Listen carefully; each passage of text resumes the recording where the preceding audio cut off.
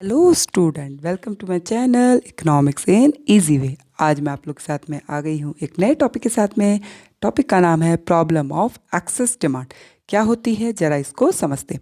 देखिए, excess demand को समझने से पहले आप देखिए, एक दुकान है, दुकान में बहुत सारी भीड़ लगी हुई है। दुकान में क्या है, बहुत सारी भीड़ लगी हुई है।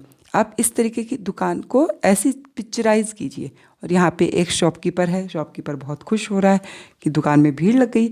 ऐसी ही पिक्चर अपने माइंड में रखिए जब हम इस टॉपिक को पढ़ रहे हैं कि इकोनॉमी में भी कंडीशंस ऐसी ही है कि लोग बहुत ज़्यादा क्या कर रहे हैं, डिमांड कर रहे हैं, बहुत ज़्यादा भीड़ लगी है कि वो कह रहे हैं हमें भी ये कुछ चाहिए।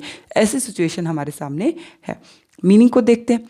मीनिंग क्या है, देखो एक्सेस डिमांड का, कि नाम से देखो, एक्सेस किसी चीज़ का क्या होना, ज़्यादा होना। एक्सेस मतलब क्या है, किसी चीज़ का ज़्यादा होना। अब ज़्यादा किस तरीके से क्यों हो रहा है ज़्यादा? जब हो रहा है जब हमारी प्लान्ड एग्रीगेट डिमांड हमारी एक्चुअल एग्रीगेट डिमांड से ज़्यादा हो गई।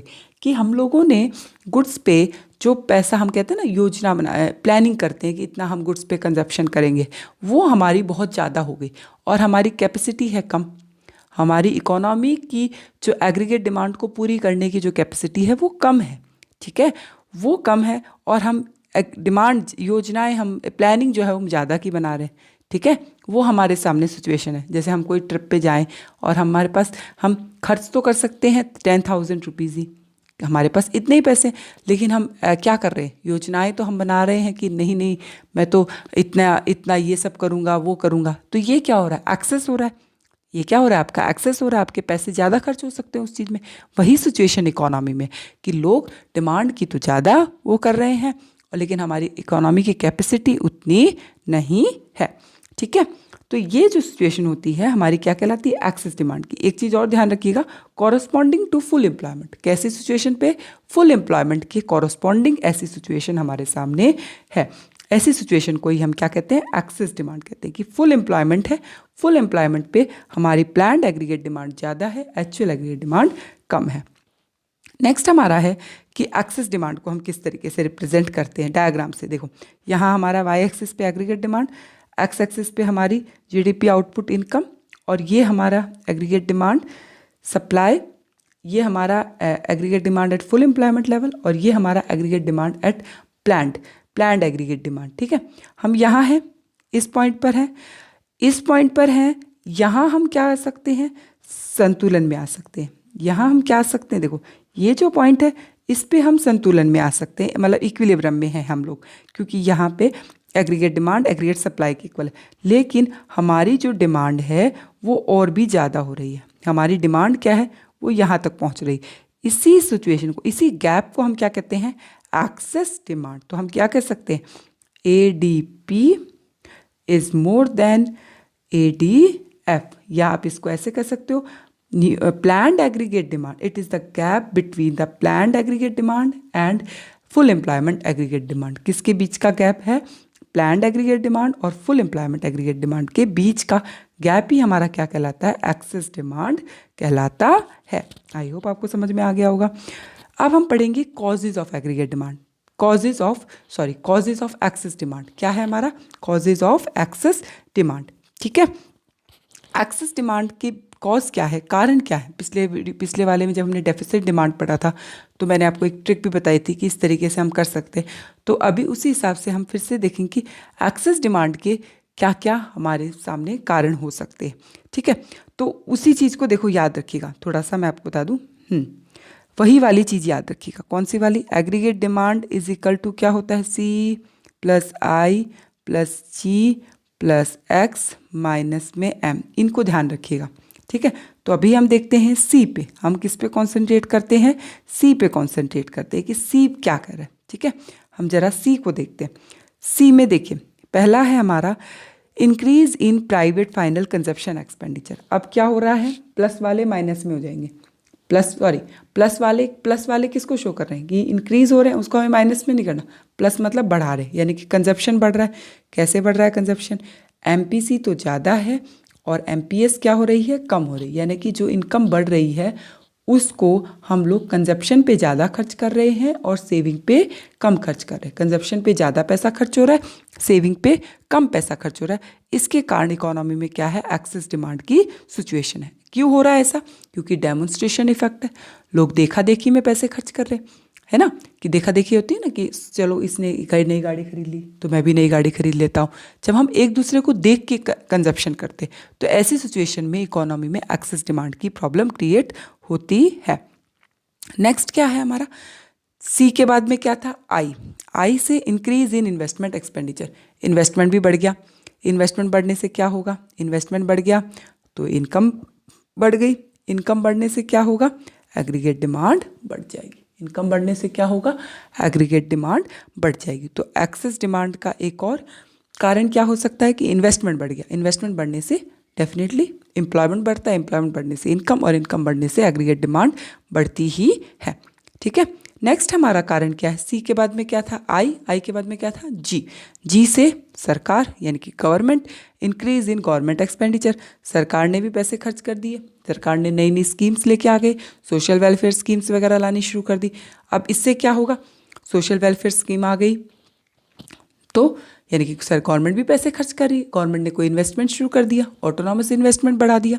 ठीक है, तो ये सब सिचुएशन हमारे सामने शुरू कर दी, जिसके कारण क्या हो रहा है, एक्सेस डिमांड और ज़्यादा बढ़ रही है। अभी मैंने एक वर्ड बोला ऑटोनॉमस इन्वेस्टमेंट, तो आप लोग मुझे जरूर कमेंट सेक्शन में लिख के बताइए ऑटोनॉमस इन्वेस्टमेंट क्या होता है। ठीक है, ऑटोनॉमस इन्वेस्टमेंट किसे कहते हैं, मैंने आपको पिछली वीडियोज़ में बताया हुआ है, डेफिनेटली आप बताइएगा ऑटोनॉमस इन्वेस्टमेंट क्या होता है।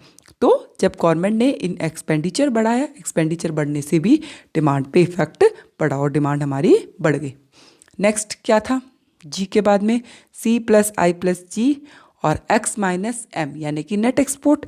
अब एक्सपोर्ट तो क्या हो गए, बढ़ गए, इम्पोर्ट क्या हो गए, कम हो गए। एक्सपोर्ट बढ़ रहे हैं, इम्पोर्ट हमारे कम हो रहे हैं, यानी कि हम बाहर से तो गुड्स ज़्यादा मंगवा रहे हैं, हम बाहर से गुड्स ज़्यादा नहीं मंगवा रहे, हम बाहर वाले हमसे गुड्स ज़्यादा मंगवा रहे हैं, एक्सपोर्ट बढ़ रहे हैं। फॉरेन सेक्टर भी हमारी गुड्स की क्या कर रहा है, डिमांड कर रहा है, वो भी कह रहा है हमें भी गुड्स चाहिए।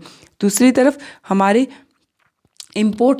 इम्पोर्ट क्या हो रहा है, कम हो रहा है। इम्पोर्ट यानी कि हम बाहर से कम गुड्स मंगवा रहे हैं, हम लोग बाहर वाली गुड्स का यूज़ नहीं कर रहे। हम लोग कह रहे हैं कि नहीं, हम तो अपनी जो देश की वस्तुएं उनका यूज़ करेंगे, देश की जो गुड्स है उनका यूज़ करें। तो ऐसी सिचुएशन के कारण भी क्या होती है, एक्सेस डिमांड की प्रॉब्लम क्रिएट होती है। ठीक है, तो हो गया। अब लास्ट में एक बचता है, वो है हमारा टैक्स। अब सरकार भी हम पे मेहरबान हो गई, क्या मेहरबानी कर दी, टैक्स की रेट बढ़ा दी, टैक्स की रेट घटा दी, टैक्स की रेट क्या कर दी, घटा दी। अब टैक्स की रेट घटाने से क्या होगा, टैक्स कम हो गया तो डिस्पोजेबल इनकम क्या हो जाएगी, बढ़ जाएगी। और डिस्पोजेबल इनकम क्या होती है, वो इनकम जो टैक्स पे करने के बाद में बचती है। ठीक है, वो इनकम जो टैक्स पे करने के बाद में बचती है उसको हम क्या कहते हैं, डिस्पोजेबल इनकम। तो डिस्पोजेबल इनकम हमारी बढ़ जाएगी, टैक्स कम हुआ तो डिस्पोजेबल इनकम बढ़ गई, डिस्पोजेबल इनकम बढ़ गई तो क्या हो गया, डिमांड ज़्यादा बढ़ गई। अब फिर से उसी स्टोरी पे आ जाओ, वही वाली स्टोरी, लोग डिमांड कर रहे हैं, सिचुएशन आप बोलोगे फिर से मैडम उसी पे आ गई। देखो, पिक्चराइजेशन से चीज़ें ज़्यादा जल्दी याद रहती, पिक्चर दिमाग में सेट जरूर रखा करो। अब वही दुकानदार है, बोल रहा ओहो they are lots of customer but I don't have so many goods, मेरे पास उतनी गुड्स नहीं है, तो क्या करूँ मैं, so what, I will increase the price. वो लोगों की डिमांड्स तो पूरी करेगा, सप्लाई तो करेगा, लेकिन इस चीज़ को कैसे सॉर्ट आउट करेगा, वो प्राइसेस को इंक्रीज कर देगा। जब इकोनॉमी में ऐसी कंडीशन होगी, लोग डिमांड ज़्यादा करेंगे, तो वो क्या करेगा, क्या उसको सॉर्ट आउट कैसे करेगा, डिमांड को क्या कर देगा, बढ़ा देगा, डिमांड को क्या कर देगा, बढ़ा देगा। और डिमांड सॉरी गड़बड़ बोल दिया, डिमांड को बढ़ाएगा नहीं, वो प्राइस को इंक्रीज कर देगा। वो क्या कर देगा, प्राइस को इंक्रीज कर देगा। फिर से समझ लीजिए, थोड़ा सा गड़बड़ बोल दिया कि जब कस्टमर्स ज़्यादा हो गए, उसके पास गुड्स तो है नहीं, बस उतनी गुड्स तो है नहीं, तो उस गुड्स को पूरा करने के लिए वो क्या कर रहा है, प्राइसेस को बढ़ा देगा। वैसे ही हमारी इकोनॉमी में होगा कि मैंने क्या कहा, हमारी जितनी कैपेसिटी थी उतनी हमने पूरी कर दी, हमारी जितनी कैपेसिटी थी हमने उसको कंप्लीट कर दिया। अब उससे ज़्यादा अगर डिमांड आएगी तो क्या होगा, हम प्राइसेस को क्या कर देंगे, बढ़ा देंगे। तो यही सबसे बड़ा एक रिजल्ट हमें देखने को मिलता है किसका, एक्सेस डिमांड का, और उसको हम कहते हैं इन्फ्लेशनरी गैप। क्या होता है जरा देखते हैं, वही डायग्राम सेम टू सेम।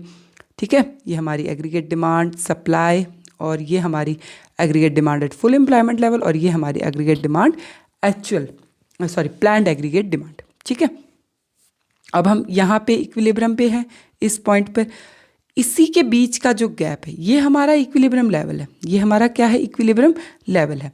ठीक है, एक मिनट, ये हमारा इक्विलिब्रियम लेवल है। ठीक है, यहाँ तक कि हम कैपेसिटी पूरी कर सकते हैं, लेकिन वही वाली बात है, डिमांड ज़्यादा हो रही, तो इसके बीच का जो गैप है, इसके बीच का जो गैप है उसी को हम क्या कहते हैं, इन्फ्लेशनरी गैप। इन्फ्लेशन का मतलब ही क्या होता है कि प्राइसेस का कॉन्टिन्यूस बढ़ना। जब डिमांड ज़्यादा होगी तो डेफिनेटली उसको पूरा करने के लिए हम लोग क्या करेंगे, कॉन्टिन्यूस प्राइस को इंक्रीज़ करते जाएंगे। कॉन्टिन्यूस प्राइस को क्या करते जाएंगे, इंक्रीज़ करते चले जाएंगे, और प्राइस इंक्रीज़ होगी, उसी को हम कहते हैं इन्फ्लेशनरी गैप। इसके बीच का गैप क्या कहलाता है, हमारा aggregate demand at full employment level और aggregate demand at planned aggregate demand के बीच का गैप ही क्या कहलाता है, हमारा इन्फ्लेशनरी गैप कहलाता है। अगर आपको इसको डिफाइन करने के लिए आ जाए, डेफिनेटली क्वेश्चन आता है what is inflationary gap, explain with the help of diagram. तो आप कुछ नहीं, डेफिनेशन कैसे लिखेंगे, the gap between the planned aggregate demand and full employment aggregate demand is called inflationary gap. यहाँ पे ज़्यादा क्या है, हमारी जो एग्रीगेट डिमांड प्लान्ड वाली एग्रीगेट डिमांड है वो ज़्यादा है, और हमारी जो एग्रीगेट डिमांड फुल एम्प्लॉयमेंट वाली है वो क्या है, कम है। इसी का जो गैप है, जो ये गैप क्रिएट हो गया, ज़्यादा हो गई एक्सेस, इसी को हम क्या कहते हैं, इन्फ्लेशनरी गैप कहते हैं। ठीक है, तो पहला तो ये हो गया। नेक्स्ट क्या है, स्टैटिक जीडीपी। नेक्स्ट हमारे सामने क्या आएगी, स्टैटिक जीडीपी। देखो दो टाइप की जीडीपी, यहाँ पे हम इक्विलिब्रियम पे हैं। एक तो होती है हमारी, हम जिसको कहते हैं नॉमिनल जीडीपी। एक तो हमारी क्या होती है, नॉमिनल जीडीपी। नॉमिनल जीडीपी को हम मेजर करते हैं करंट प्राइस पे। नॉमिनल जीडीपी को हम किस पे मेजर करते हैं, करंट प्राइस पे। ठीक है, तो करंट प्राइस पे हम मेजर कर रहे हैं, वो तो जीडीपी बढ़ जाएगी क्योंकि प्राइसेस बढ़ रहे हैं, प्राइसेस इंक्रीज हो रहे हैं, वो जीडीपी तो हमारी बढ़ जाएगी जो हमारी नॉमिनल जीडीपी है, क्योंकि प्राइस इंक्रीज हो रहे हैं तो डेफिनेटली गुड्स उतनी ही है, बस प्राइस की वजह से नॉमिनल जीडीपी। लेकिन जो हमारी दूसरी जीडीपी होती है जिसको हम क्या कहते हैं, रियल जीडीपी, या जिसको हम क्या कहते हैं, रियल जीडीपी, स्टैटिक जीडीपी भी कह सकते हैं। ठीक है, रियल जीडीपी पे कोई फ़र्क नहीं पड़ेगा, क्योंकि ये जो जीडीपी होती है इसको हम मेजर करते हैं बेस ईयर प्राइस पे। जैसे अभी हमारा बेस ईयर क्या कहला रहा है, 2012 और 13, तो हम बेस ईयर प्राइस पे जिसको मेजर करते हैं उसको हम क्या कहते हैं, हमारी रियल जीडीपी। ठीक है, तो बेस ईयर प्राइस पे इसको मेजर किया, और इसी पॉइंट को, इक्विलिब्रियम को, इस पे अब ये हमारी नहीं बढ़ सकती, इसको हम इंक्रीज़ नहीं कर सकते क्योंकि हमारे पास उतने रिसोर्सेज ही नहीं है। लेकिन हाँ, नॉमिनल जीडीपी बढ़ जाएगी, बाकी जो हमारी रियल जीडीपी है वो क्या रहेगी, हमारी सेम ही रहेगी, उस पर कोई फ़र्क नहीं पड़ने वाला है। ठीक है, तो आई होप आपको समझ में आ गया होगा। तो सेकंड कॉन्सिक्यूटिव सेकंड जो इसका रिजल्ट हमें देखने को मिल सकता है कि जीडीपी हमारी स्टैटिक ही रहेगी। नेक्स्ट क्या हो सकता है, demand, excess demand and wage price spiral. Wage price spiral मतलब देखो अब क्या हुआ, प्राइस राइज हुई तो वर्कर्स ने क्या किया, डिमांड करनी स्टार्ट कर दी हाई वेजेस की। वर्कर ने किसकी डिमांड स्टार्ट कर दी, हाई वेजेस की, हमारे वेजेस को बढ़ाओ, हमारे वेजेस को इंक्रीज करो। ठीक है, तो अब बढ़ाने पड़े मजबूरी में उत्पादक क्षेत्र को।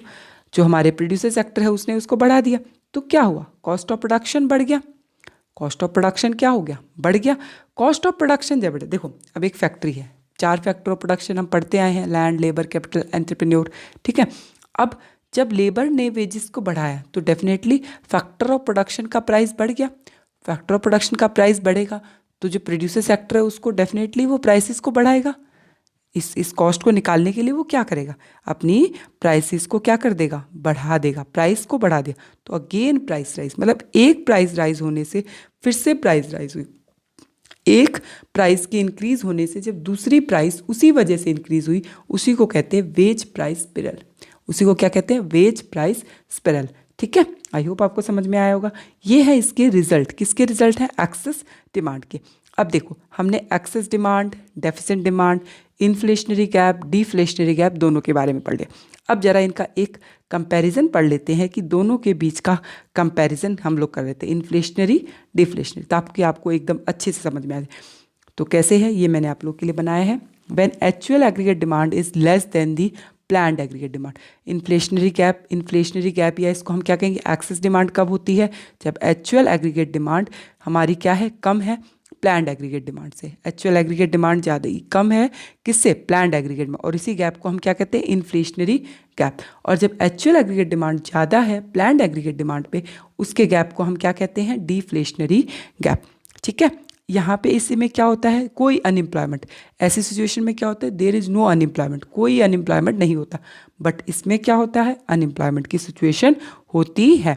यहाँ पे किस वजह से होता है, एक्सेस डिमांड की वजह से। ये किस वजह से होता है, डेफिसिएंट डिमांड की वजह से होता है। तो आई होप अब आप लोग को समझ में आ गया होगा। तो समझ में आया तो प्लीज़ कमेंट सेक्शन में लिख के बताइए कि आपको कैसा लगा वीडियो, और लाइक और सब्सक्राइब तो पक्का कर ही दीजिएगा। Thank you.